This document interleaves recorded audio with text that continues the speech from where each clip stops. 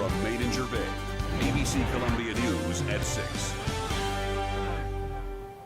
Good evening, I'm Ben Hoover. And I'm Rochelle Dean. We are live from Maine and Gervais. Alicia Barnes has the night off. Why don't we go ahead and start with the bitter cold temperatures happening about right now in the Midlands. Yeah, I can't avoid it, right? It sounds weird to say, but we're going to turn things over to Chief Meteorologist John Farley. And a question for you here. Will we see a warm up as we get ready to get closer to Christmas? We're about a week away. So it seems weird to ask if it's getting warmer. Yeah, well, you know what? You make a very good point. It's cold, and it will warm up as Christmas gets closer. So yes, Rochelle, you don't like this, stick around a little bit. But yeah, we still have a little bit to contend with here. Check it out. Really, we didn't get out of the 40s all day, and even places like Winsboro and Camden are back down into the 30s. So what's going to happen here this evening? I kind of run out of adjectives. I call it cool, but it's cold, and then it's going to get colder overnight, because what will happen in the next several hours is that the clouds that were out there all day, they will start to clear, and then by, say, midnight or so, they should be all gone, which is going to allow for temperatures to really plummet. So mid-20s here in Columbia. Colder spots, lower 20s. So a pretty chilly night for us. Here's the commute. No problems in terms of cloud or fog or rain or anything, but man, bundle up. 20s starting off the day. Now, as tomorrow afternoon comes in, the temperatures will be warmer and the sunshine will make it feel a little bit better, closing in on 60. And yes, even more 60s in the 7-day forecast. Some rain, possibly, and of course, Christmas Day. I'll have all of that for you coming up in just a bit.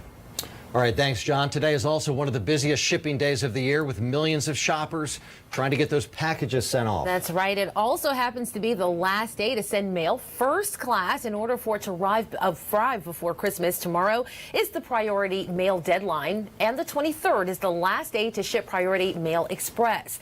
Now, if you're really running late, though, the U.S. Postal Service will deliver express mail on Christmas Day.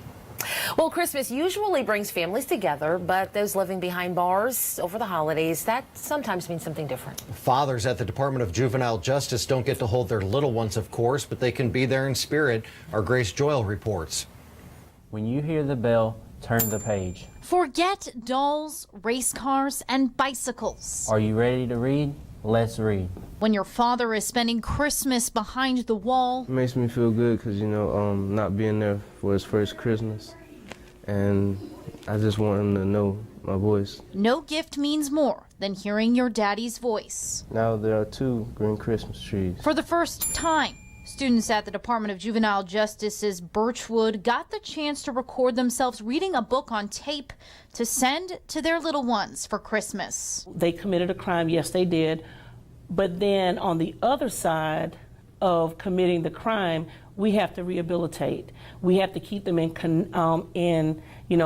touch with what's going on outside of the fence. Reading words on a page. Doing what I have to do to get home so I can be there next time. Leaving lasting memories. It was very important because I've been through a lot, and leaving my little girl at home, I should have never done it. I'm ready to go home and spend time with her. In their kids' hearts. Merry Christmas, Daddy loves you. The end. At DJJ, Grace Joyle, ABC Columbia News. State Representative Jim Merrill is scheduled to be in court this week to face ethics charges. That's right. Merrill's bond hearing has now been set for Thursday at 11 o'clock in Richland County. Merrill was indicted last week on 2 counts of misconduct in office and ethics violations surrounding the use of his political consulting firm. Merrill denies the charges against him. Well, tonight, German authorities are calling the attack on a Christmas market in Berlin that killed 12 an act of terrorism. Now there are questions about the suspect. ABC's Elizabeth Herr reports police say that he may not be the driver of that truck. This morning, Germany's Chancellor Angela Merkel at the site of the country's deadliest attack in decades.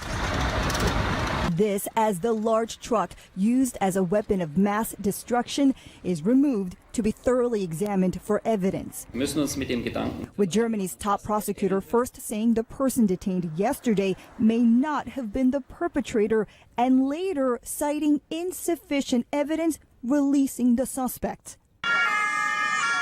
But this much they can confirm. It was around 8 p.m. in Berlin. This truck suddenly came barreling over a sidewalk and headed straight for the stands where hundreds were out shopping at this Christmas market. doing a little bit of shopping, and I stopped to respond to a text message. This American tourist believes that text message saved her life.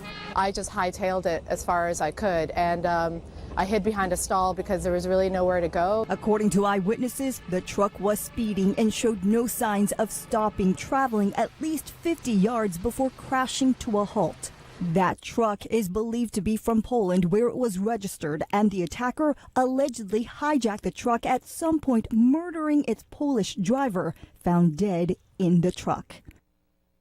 Well, as for the man who's been released, we're told he's a 23-year-old from Pakistan in Germany as a refugee who has denied involvement with this attack from the beginning. And so the manhunt in Berlin is back on. Elizabeth Herr, ABC News, New York. Counterterrorism authorities here in the U.S. are on alert, stepping up security at holiday attractions in some of our nation's biggest cities. In New York City, authorities say there's no specific threat, but there is a stepped-up police presence. And in the nation's capital, there are barriers at many of the entrances at the D.C. holiday market. Lexington police say they found a 16-year-old runaway missing since December 17th. Sarah Barnes was found safe in North Augusta today, police say. Authorities had classified Barnes as a runaway. She was believed to be in the company of a 19-year-old man. In the midst of the hustle and bustle of the holiday season, there is one thing that never takes a break. We're talking about blood shortages. We are heading into that time of year, of course, when life-saving treatments are sometimes forgotten. ABC Columbia's Gabrielle Franklin shows you how to help. The holidays are a time when many people enjoy giving back, and this holiday season, the Red Cross needs you to donate your blood to help save a life. Well, blood is one of the things that we can't manufacture, so you can only give it from one person to another. According to the Red Cross, every 2 seconds, someone in our nation needs a blood transfusion. During the wintertime, officials say those numbers increase.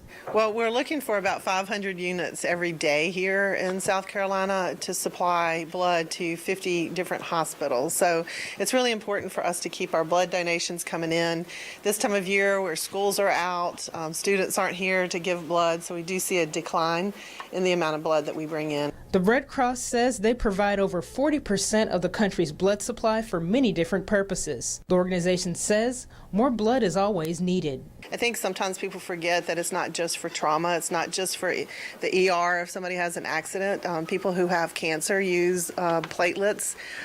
People with sickle cell are in need of that as well. So it's not just for accidents, it's an everyday occurrence that we need blood. Now, if you or someone you know would like to donate blood during this holiday season, the Red Cross will be holding a series of blood drives over the next couple of months. The first one begins this Thursday at the Blood Donation Center on Bull Street. In Columbia, Gabrielle Franklin, ABC Columbia News. So important to give blood.